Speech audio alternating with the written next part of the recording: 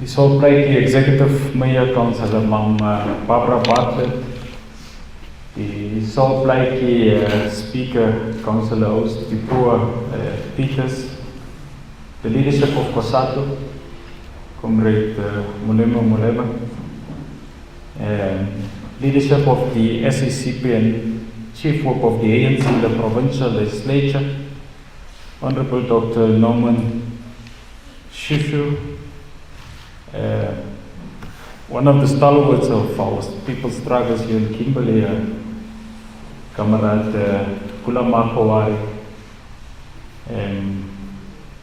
and a stalwarts of our struggle of our people, Comrade Shiwe Salau, Ambassador Hanan Jara, extraordinary and plenipotentiary, the Palestine head of mission in South Africa, also credited as non-presidential ambassador to Namibia, Lesotho, and Malawi. And Akil, I was looking, where are you reading from? And I was told it's out of your head. And it needs to multiply, ladies and gentlemen, because we must grow them very young to be steadfast in the fight for our freedom. The full speech that I ought to have been delivered will be available on the DERCO website, and I thought I must just do a high-level intervention, given our religious commitment also to our prayers. But I think, ladies and gentlemen, importantly, it is absolutely important to understand the critical nature of party politics within our optics as South Africa, as the government, as it relates to the Palestinian people. And it's for this reason that President Ramaphosa made a very unique and decisive decision that the Ministry of Department of International Relations and Cooperation should be occupied by ANC public representatives. That was a very decisive decision, because we said that if there is one area where we ought not to be compromising on or to fiddle around, it's with our foreign policy. And you have seen in the public discourse the high level of irritation, in particular as it relates to our steadfast position on Palestine self-determination and statehood. But I think I want to make a submission and put the emphasis that notwithstanding the expansion of the genocide, because this is what is happening, is the expansion of a genocide. It's no more a debate about whether genocide are being committed or not. It is our view in South Africa that peace for the Palestinian people cannot be imposed through sheer and broad force. You can't, through the barrel of the gun, subordinate the wishes of the oppressed people of the Palestine to become secondary. And I'm in particular speaking about the plight of the Palestinian people because it is not a besiegement of the people of Gaza.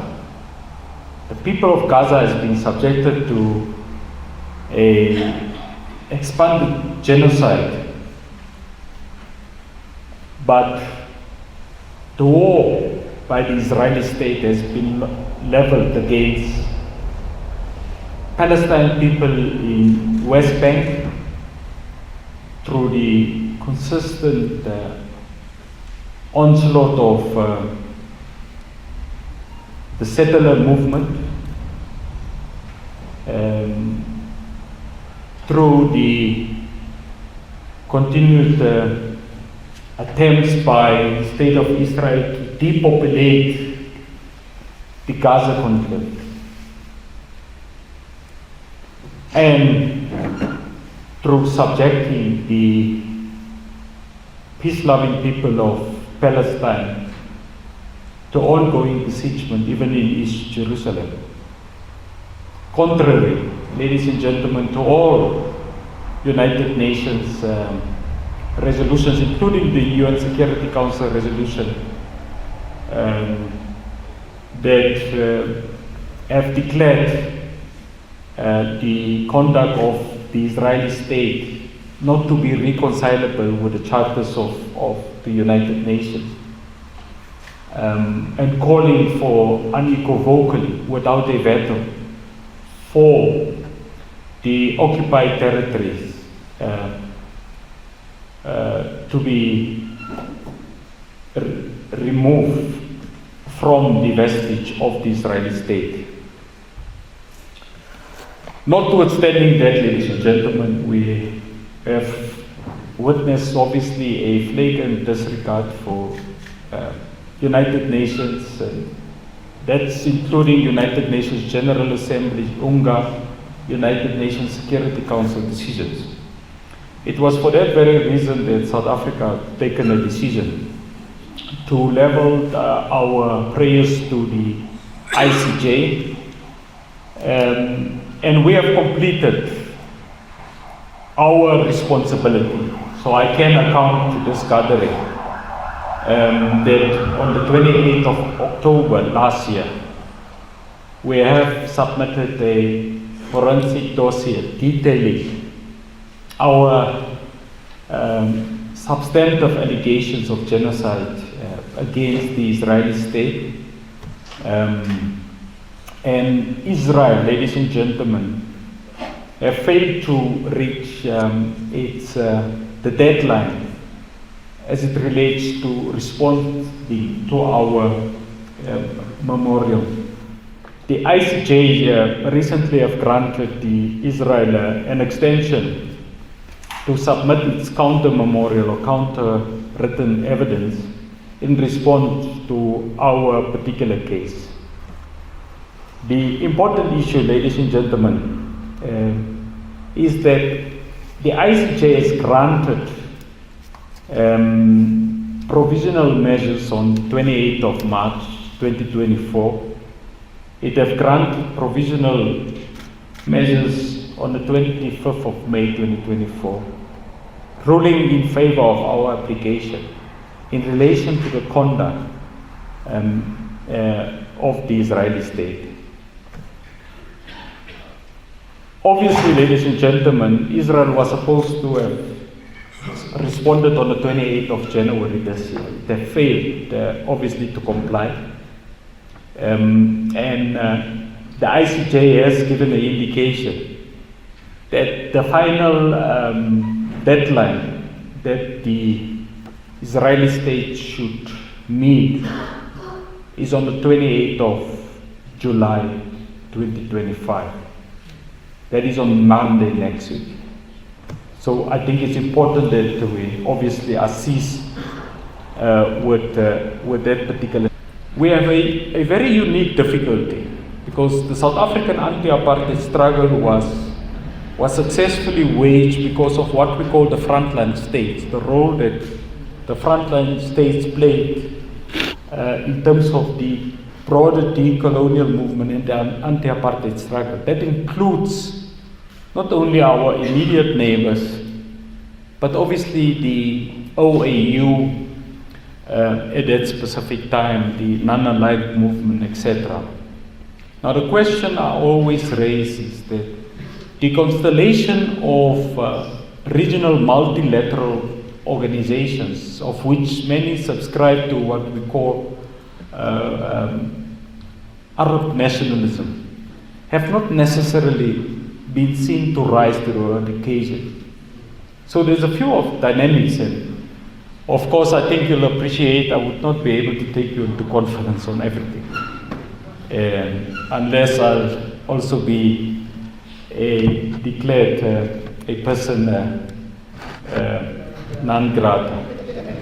Those are the difficulties with international politics. But I think the first issue is that the OIC, the Organization of Islamic Cooperation, we regard as an important ally. You would recall that it was established in 1969 with 57 members. Yeah. It's currently it's still a chief champion of pro-Palestine unity and solidarity. So it's quite steadfast, including rendering financial support in terms of humanitarian support to the Palestine people, but also working tirelessly, ladies and gentlemen, to unite what is called the different Palestine factions, and in South Africa what we ordinarily refer to as different Palestine groups. So the OIC obviously have been able to play that very important role in terms of unity and clarity of thought. But of course, one of the most important organizations is the Arab League, because the Arab League really sought to build bridges between those Arab countries located within Africa, especially in northern Africa, in the Maghreb region. And it has really been pivotal in terms of that type of solidarity work. Now, the Arab League has been very consistent, ladies and gentlemen. Even under the leadership of Egypt as the Secretary General, you would recall that you have countries like Algeria that are there, you have Egypt that are there, you have Morocco that in this instance are pro-Palestine, notwithstanding the issues about their conduct in relation to self-determination of Western Sahara. So there's a contradiction. But for the purposes of Palestine self-determination, we have the Arab League that has been very decisive. When the rest of the Middle East were found wanting, in particular during this expansion of the genocide, where they have declared that there cannot be normalization. There cannot be normalization unless the issues about one, Palestine statehood, and two, Palestine's self-determination has been accomplished. And that is a key and critical issue, and we thought that it's important that we relate that to you. We are submitting, obviously, as South Africa, that we think, given the geopolitical issues that are taking place, that uniquely so, increasingly so, the Gulf states have an important role to play. So the most wealthy states is the key drivers in terms of OPEC and oil-producing countries. So your Gulf states, unlike other states outside of of that regime, does not require monetary support, because they are the oil-producing nations. They don't require monetary support, so they are able to actually be more principled than any other organization or any other state within the Middle East countries. But you will recall, ladies and gentlemen, that obviously October the 7th, when it arrived, the Saudis were on the brink, obviously, of the normalization engagements, isn't it so? And we are obviously very confident that the Saudi leadership currently, as a very key and leading figure in the Gulf states, has been able to put it in an unequivocal manner to the US and to Israel that there can't be normalization of relations with the Israeli state unless the issues of self-determination is substantively been dealt with. So obviously this is a key and critical issue for us. You have seen, secondly, Qatar, that have started to occupy a unique role in terms of peace diplomacy, both in terms of making sure that there is a cessation or truce agreement between Hamas and Israel, and also where, for example, in Africa, in terms of the DRC, M23 rebel movement, they have played a very pivotal role in terms of peace diplomacy, and have actually been one of the Gulf states that have really deepened its humanitarian support for the Palestine people. Of course, there is a difficulty with UAE and Bahrain, because they were the two countries that have that put their signatories to the Abraham Accords. So even now, during the expansion of the genocide, diplomatically they are playing what we call a balancing act. And it's important that we need to obviously engage specifically with that issue. Their conduct obviously is a bit different to Oman, where Oman, in the words of the Palestine ambassador, have declared itself to be positively neutral. We are still trying to understand positively neutral. Does it mean neutral but aligned with the Palestine cause, or more having a proximity with the Israeli issue? We are engaged in relation to that issue. So that is in terms of the Gulf states, ladies and gentlemen. And then you would recall that when we made our submission to the ICJ, as a result, there are 14 other countries have actually joined, have actually agreed to intervene in the context of our case against the Israeli state. In Europe, we had Belgium, we had Spain and Ireland that have intervened. In the what we call the GRULA countries, that is the group of Latin America and the Caribbean countries, we had Colombia, we had Cuba, Mexico, Chile, Bolivia, Nicaragua. Now I'm raising this so that you understand.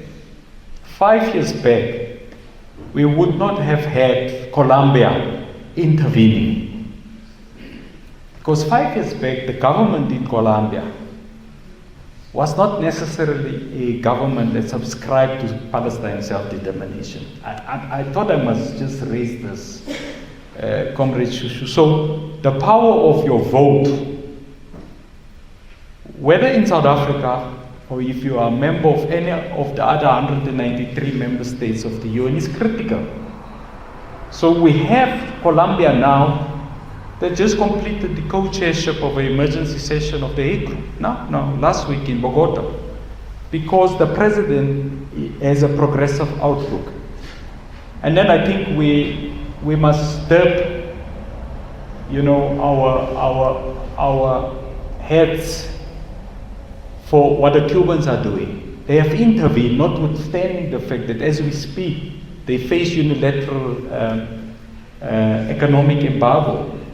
And there's actually food insecurity and actual starvation also taking place in Cuba because of the same type of reasons. And in Mexico, a progressive government, Chile, with the young president there, very pro-Palestine, Bolivia, Nicaragua has been consistent friends of Palestine. And then in Africa, we had Libya and Egypt that have decided, obviously, to intervene. In the Middle East, the only country that agreed to intervene at the ICJ is Palestine.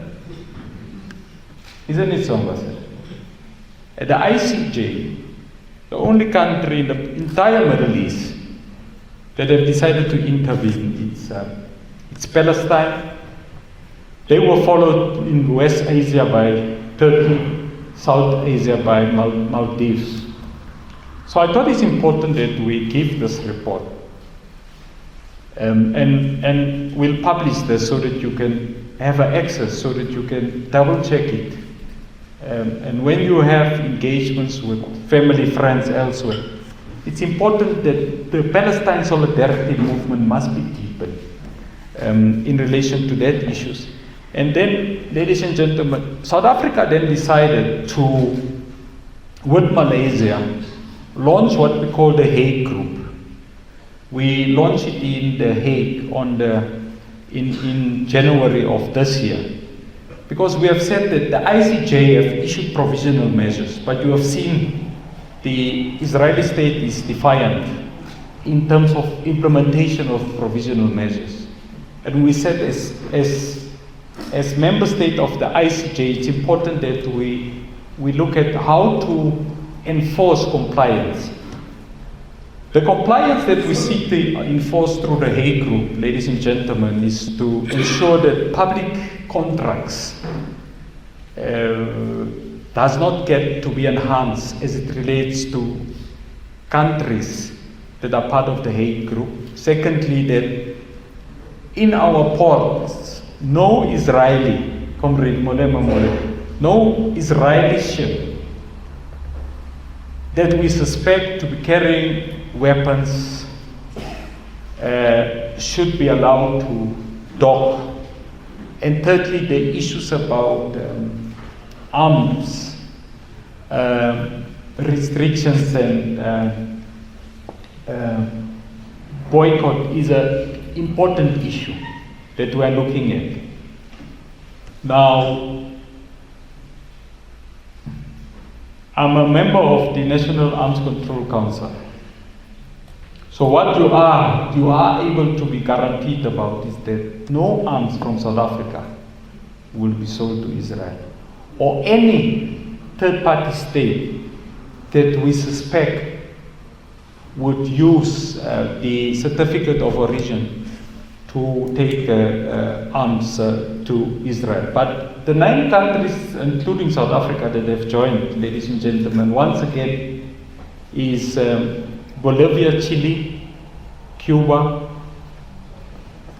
Honduras, Belize. So it's those countries that are part of the A group, and then we had Malaysia, and then we were fortunate that both Namibia and Senegal also joined. So we at least gradually are expanding the footprint also in Africa. And then last week in Bogota in Colombia, when we had the second emergency Hague conference co-chaired by South Africa and Colombia, Indonesia have joined us, and that's key. Because I think all of you know that Indonesia is the biggest Muslim population, 250 million Muslim population. It's a founding member of the non-aligned movement, where even the principles of Bandung has been initiated. And we have seen the Middle East coming to the party. So you have Iraq that are signing up, Oman also that are signing up in terms of implementing these provisional measures. In Africa, additional country has been the Libyans. And then countries of Latin America and Caribbean is St. Vincent and Grenadines and Nicaragua. So this is the key progress that we report. But then obviously our agitation has all the time been in Europe, out of the EU member states, all 27 countries in the EU. Look, we are elated that the EU and its high representatives have endorsed the implementation of the ICJ provisional measures. So that is an important issue. But moreover, ladies and gentlemen, we have seen Spain and Ireland that now have formally decided, as I report to you, that they would join our case, but also secondly, that they would formally comply with the interim orders of the ICJ. That's Spain and Ireland. Now you would know that President Sanchez of Spain is also politically is the president of the Socialist International that are linked with the ANC. and you would understand the role that Sinn Féin are playing in terms of the Irish outlook. And this is the importance of making sure that the party political relationship are clearly understood. We had Belgium, especially the Wallonian region, have decided to suspend ammunition export licenses to Israel, citing ICJ measures. And Canada have formally and officially halted military export permits to Israel. Once again, referencing the ICJ ruling. As we speak, Belgium is in a court case because they are intending to suspend the export destined for Israel. And I thought, Ambassador, it's important that we give you a full account of what the South African government are doing. There is movement. Notwithstanding the expansion of genocide, we really work, amongst and with progressive states. And the important issue, obviously, you have seen 147 countries out of the 193 UN member states now formally and officially recognize Palestine statehood. Now, just during the time, ladies and gentlemen, of the genocide, we had 10 more countries that have agreed to recognize Palestine statehood. That is Ireland, Norway, Spain, Slovenia, Armenia, Norway, Mexico, the Bahamas, Trinidad and Tobago, Jamaica and Barbados. And then obviously in the South Caucasus region of Eurasia, Armenia. So the genocide may have emboldened Israel, but it has expanded our solidarity among member states. 147 out of 193. Now I'm saying that is significant. And what we are calling, obviously, as a South African government, is that we use this opportunity to come to account to you. But there is limitations, ladies and gentlemen, in terms of what we can do. What we are doing and what we are reporting is probably the maximum that we can do, and to make sure that our legal team and our ambassador in The Hague are not subordinating South Africa's interests and solidarity stance with the Palestine people to matters of checkbook diplomacy. But what we need, we obviously need to ensure that one, Ambassador Anand, there's maximum unity of purpose with the Palestinian people. We do think that debates about who leads the struggle for Palestine self-determination at this juncture is a misplaced debate. The South African government obviously have formal bilateral engagements with the Palestine Authority.